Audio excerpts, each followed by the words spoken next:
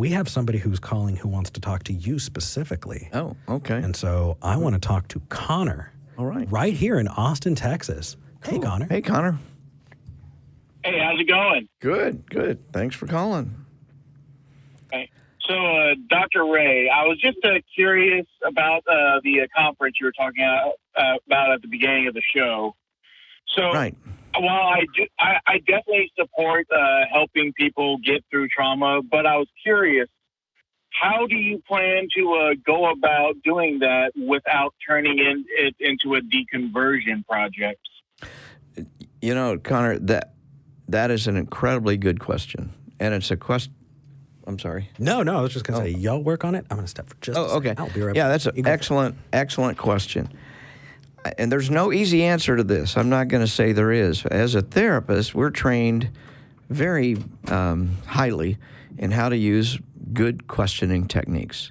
So what a good therapist is probably going to do, Connor, is simply listen to what the client gives the therapist and ask some good questions. But what I'm encouraging therapists to learn is to take those skills they've been taught in graduate school or wherever they got their training and make sure they probe a bit around the religious edges. That's a problem I've seen in the past. We have been so taught you've got to respect the religion and the beliefs of the client that we never probe. And I see nothing wrong with probing. And the goal is not to deconvert somebody. The goal is to try to find where the trauma is and help them deal with it. A lot of people come into our offices with trauma syndromes or presenting trauma symptoms, and it's our job to help find where that needs to go. And if we just ignore religion as one of the causes, I mean, we don't ignore war, we don't ignore rape, why do we ignore religion? Does that help you?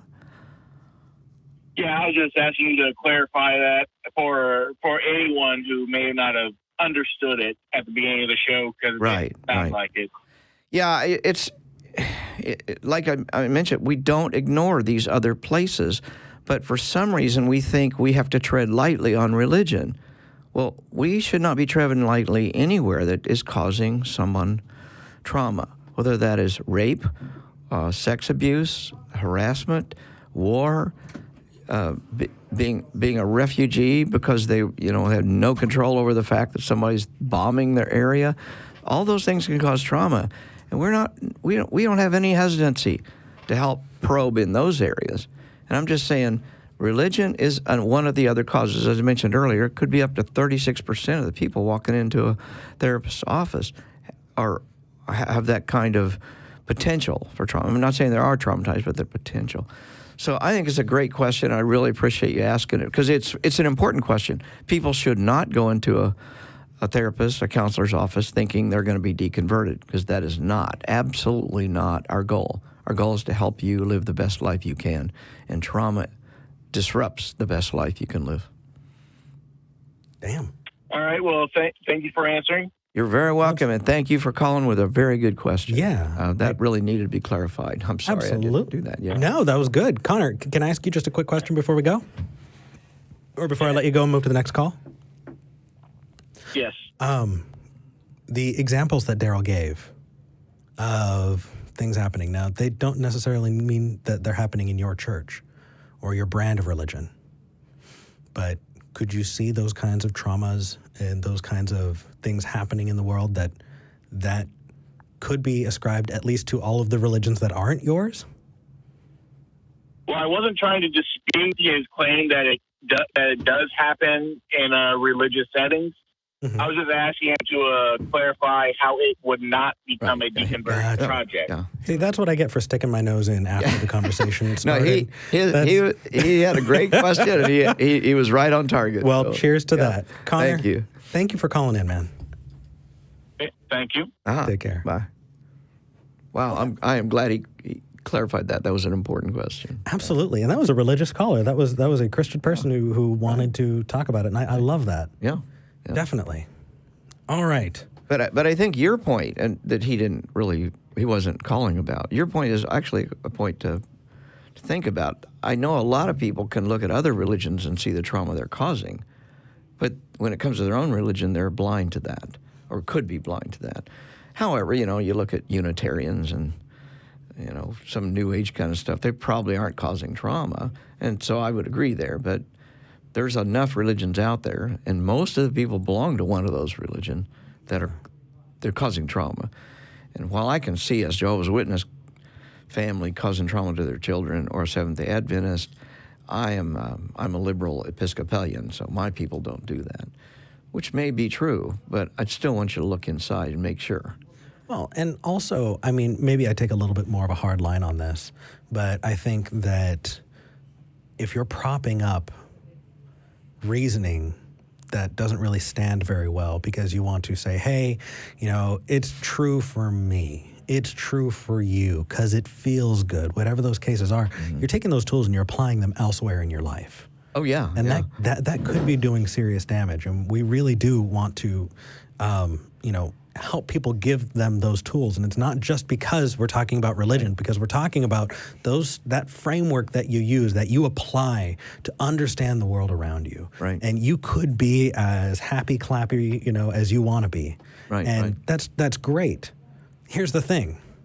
If you say, you know what, it's absolutely okay to, believe whatever this is, it creates this layer of protection around it. Right. And it becomes unquestionable, and it becomes, taboo. And then it becomes a place where people can couch bigotry. It becomes a place where people can, do truly heinous things that maybe we can agree with 99% of religious people are truly heinous. But the thing is, they're propping it up. And is it intentional? No. Is it? Oh, sometimes it is. But the thing is when you attack the reasoning, when you get into why they do it, right? Yeah, that's when we can really, kind of stamp out some of those systemic issues. I think one of the key things, and this is Darrel speaking, not as a therapist, just as a person that values good tools, is religion, generally speaking, is not a good model of reality. So if you don't have a good model of reality and you're living by that poor model of reality, it's going to get you in trouble over and over and over again. Religions tend to say, well, it's not our fault. It's not the model that's the problem. It's the secular world is the problem, or it's the other religions are the problem. It's somebody else that's the problem. Or they're not doing it right. Or they're not. Yeah, that's what our first caller said. They're not doing it right. He would never say my model is wrong. And I'm pretty damn sure, because he said some other stuff earlier, that 10 years ago he had a different view. And I'm thinking 10 years from now he'll have a different view. So which of these models that he's created throughout his own lifetime is the correct one? And he's trying to convince us that the model he has at this moment in time in his particular life is the correct model, where he even, in fact, admitted that his model 10 years ago was a different model.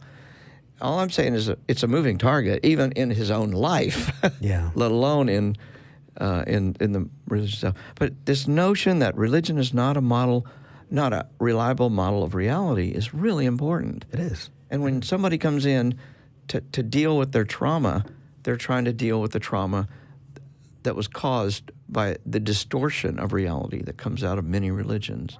And when you distort reality, you don't have, it's like being in a hall of mirrors and trying to navigate. It's pretty hard to do.